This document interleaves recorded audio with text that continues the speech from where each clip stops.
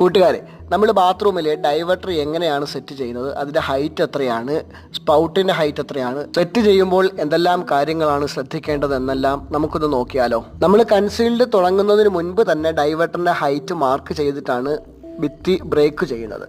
Normally നമ്മൾ ഡൈവർട്ടറിന് height വെക്കാറുള്ളത് 42 inch മുതൽ 44 inch വരെയാണ്. എപ്പോഴും നമ്മൾ ശ്രദ്ധിക്കേണ്ടത് ഡൈവർട്ടർ ഉള്ളിൽ പോകാതിരിക്കാൻ വേണ്ടിയാണ്. ആക്സോ ബ്ലേഡ് വെച്ച് മാർക്ക് ചെയ്ത് നോക്കണം കേട്ടോ.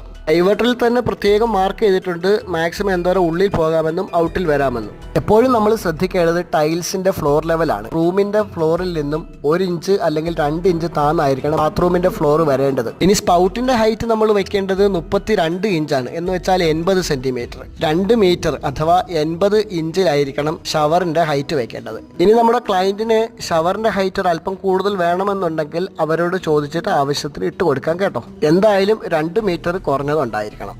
അടുത്ത വീഡിയോയിൽ കാണാം. Bye bye.